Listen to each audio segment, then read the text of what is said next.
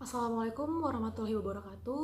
Shalom, Om Swastiastu, Namo Buddhaya, Salam Kebajikan. Salam sejahtera bagi kita semua. Pada kesempatan yang bahagia ini, saya Taruna Utama Terjemah Magdalena, STB 3887, Prodi Manajemen Pemasyarakatan, akan memaparkan terkait materi BLU. Baik, langsung saja yang pertama, apa pengertian BLU? BLU adalah instansi di lingkungan pemerintah yang dibentuk untuk memberikan pelayanan kepada masyarakat berupa penyediaan barang dan jasa yang dijual tanpa mengutamakan mencarikan keuntungan, dan dalam melakukan kegiatannya didasarkan pada prinsip efisiensi dan produktivitas. Dalam mengelola keuangan, BLU diberikan fleksibilitas berupa keleluasan untuk menerapkan praktik-praktik bisnis yang sehat untuk meningkatkan pelayanan kepada masyarakat sebagai pengecualian dan ketentuan pengelolaan keuangan negara pada umumnya. Berdasarkan jenis layanan diberikan, satuan kerja BLU dapat dikelompokkan menjadi 3 golongan.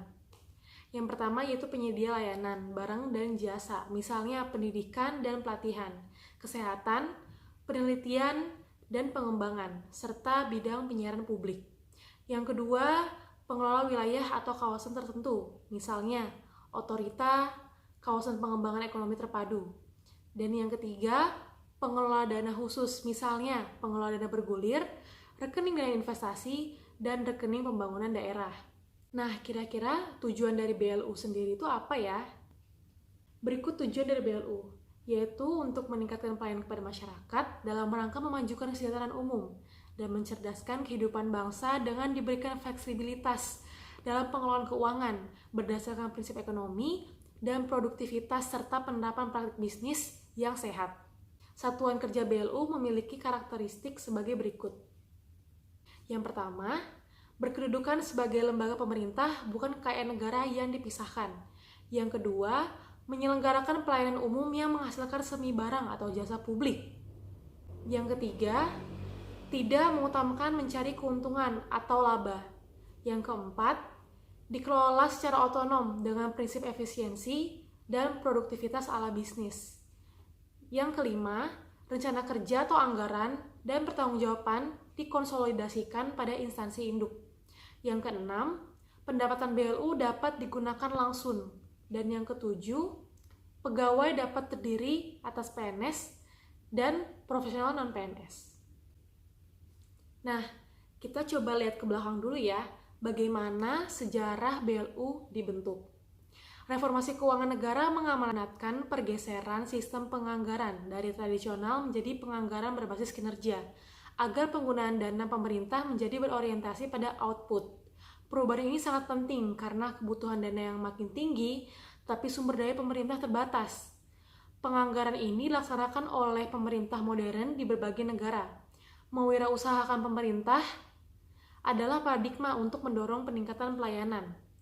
Penganggaran berbasis kinerja dituangkan dalam Undang-Undang Nomor 17 Tahun 2003 tentang Keuangan Negara, sedangkan Undang-Undang Nomor 1 Tahun 2004 tentang Perbendaharaan Negara, Pasal 68 dan Pasal 69 memberikan arahan baru bahwa instansi pemerintah yang tugas pokok dan fungsinya memberi pelayanan kepada masyarakat dapat menerapkan pola pengelolaan keuangan yang fleksibel dengan mengutamakan produktivitas, efisiensi, dan efektivitas. Direktorat Pembinaan Pengelolaan Keuangan Badan Layanan Umum berdiri di tahun 2006 sebagai amanat dari Undang-Undang Keuangan Negara. Hal utama yang diamanatkan adalah mengenai pola pengelolaan keuangan untuk Badan Layanan Umum yang memberikan fleksibilitas berupa keleluasan untuk menerapkan praktik-praktik bisnis yang sehat untuk meningkatkan pelayanan kepada masyarakat dalam rangka memajukan kesejahteraan umum dan mencerdaskan kehidupan bangsa. BLU berada di bawah naungan Direktorat Jenderal Perbendaharaan. Sebagai pembina keuangan Satker BLU, Menteri Keuangan dalam hal ini Direktorat Jenderal Perbendaharaan mempunyai tugas merumuskan serta melaksanakan kebijakan dan standarisasi teknis di bidang pembinaan pengelolaan keuangan Satker BLU, sehingga diharapkan pengelolaan BLU dapat berjalan dengan baik untuk meningkatkan pelayanan kepada masyarakat dalam rangka memajukan kesejahteraan umum dan mencerdaskan kehidupan bangsa. Instansi BLU ini diharapkan menjadi contoh konkret yang menonjol dari penerapan manajemen keuangan berbasis pada hasil kinerja. Kira-kira adakah peluang untuk mendirikan BLU? Secara khusus, peluang untuk menjadi Satker BLU terbuka bagi Satker pemerintah yang melaksanakan tugas operasional pelayanan publik, seperti layanan kesehatan, pendidikan, pengelolaan kawasan, dan lisensi, untuk membedakannya dari fungsi pemerintah sebagai regulator dari penentu kebijakan. Praktik ini telah berkembang luas di mancanegara, berupa upaya pengagenan, aktivitas yang tidak harus dilakukan oleh lembaga birokrasi murni, tetapi diselenggarakan oleh instansi yang dikelola ala bisnis, sehingga pemberian layanan kepada masyarakat menjadi lebih efisien dan efektif. Kepada Satker BLU juga diberikan kesempatan untuk memperkerjakan tenaga profesional, non-PNS, serta kesempatan pemberian imbalan jasa kepada pegawai sesuai dengan kontribusinya. Sebagai penyeimbang, Satker BLU dikendalikan secara ketat dalam perencanaan dan penganggarannya, serta dalam pertanggungjawabannya, BLU dapat berperan sebagai agen dari menteri atau pimpinan lembaga, induknya dengan menandatangani kontrak kinerja, di mana menteri atau pimpinan lembaga induk bertanggung jawab atas kebijakan layanan yang hendak dihasilkan, dan Satker BLU bertanggung jawab untuk menyajikan layanan yang diminta. Namun, apa saja ya syarat-syarat untuk mendirikan BLU?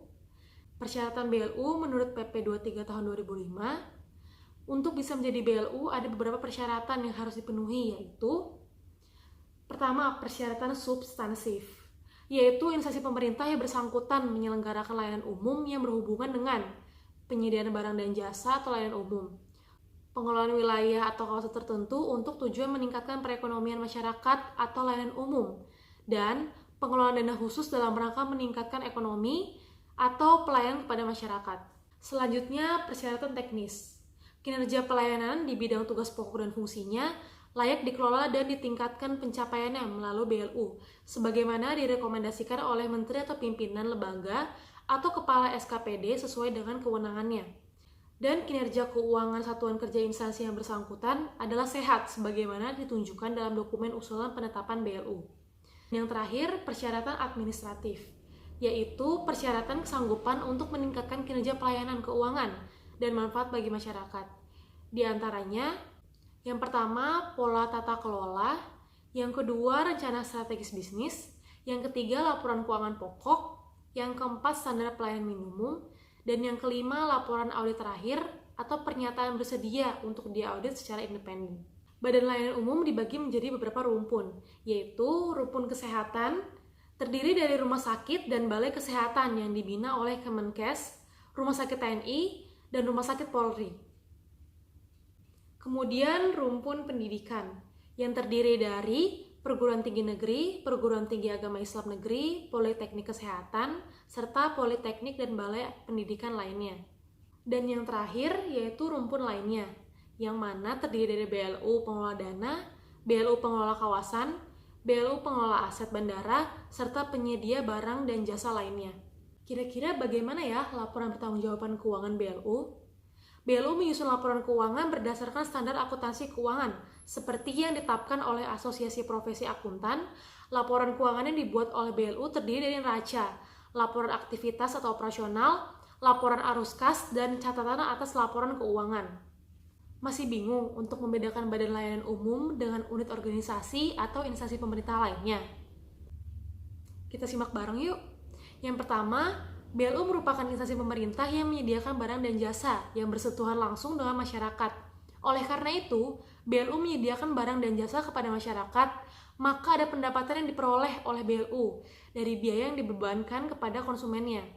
Pendapatan BLU ini merupakan penerimaan bukan pajak atau PNBP, sedangkan pendapatan BLUD merupakan lain-lain. Pendapatan asli daerah atau PAD yang sah bagi suatu daerah. Dalam birokrasi pemerintah, ada begitu banyak organisasi yang bertindak bukan sebagai penyedia barang dan jasa. Misalnya, organisasi pemerintah yang membuat regulasi, penegakan hukum, atau peradilan pertahanan, dan sebagainya. Sehingga organisasi ini tidak akan menerima pendapatan langsung dari masyarakat atas layanan yang diberikan. Selanjutnya, BLU harus menjalankan praktik bisnis yang sehat tanpa mengutamakan mencari keuntungan. Ini karakteristik yang sangat spesial sekali, karena instansi pemerintah diperkenankan untuk menerapkan praktik bisnis seperti yang umum dilakukan oleh dunia bisnis atau swasta. Akan tetapi, walaupun diselenggarakan sebagaimana institusi bisnis, BLU tidak diperkenankan mencari keuntungan atau not for profit. Nah, BLU dijalankan dengan prinsip efisien dan efektivitas. Karakteristik inilah jauh berbeda dari instansi pemerintah biasa yang dalam penyelenggaraan layanannya mengedepankan kepada penyerapan anggaran yang sangat tinggi. Terlepas kegiatan tersebut mencapai sasaran dengan tepat atau tidak, pada BLU penyerapan anggaran bukanlah target karena surplus atau kelebihan anggaran dapat digunakan kembali pada tahun berikutnya untuk peningkatan kualitas layanannya. Ada fleksibilitas dan otonomi dalam melaksanakan operasional BLU, yakni fleksibilitas dalam hal pengelolaan keuangan, fleksibilitas dalam pengelolaan sumber daya manusia, dan fleksibilitas dalam hal pengelolaan dan pengadaan aset atau barang. BLU dikecualikan dari ketentuan pengelolaan keuangan negara pada umumnya. Ketentuan ini merupakan semangat otonom yang diberikan kepada BLU untuk bisa melanggar ketentuan dalam keuangan negara. Contohnya adalah BLU diperkenankan untuk menggunakan secara langsung penerimaannya. Nah, kira-kira bagaimana ya perkembangan BLU di saat pandemi di negara Indonesia ini? Direktur Jenderal Perbendaharaan Kementerian Keuangan, Bapak Hadianto melaporkan, Badan Layanan Umum saat ini memiliki 248 BLU dengan jumlah sumber daya manusia sebanyak 235.000 orang dan mengelola aset sebesar 1.170 triliun. Adapun 248 BLU tersebut terdiri dari 107 BLU kesehatan, 105 BLU pendidikan, 9 BLU pengelola dana, 6 BLU pengelola kawasan, dan 21 BLU barang atau jasa lainnya. Beliau mengatakan, dalam rentang 16 tahun, BLU telah berhasil menunjukkan pertumbuhan dan dinamika yang sangat positif dalam berbagai aspek.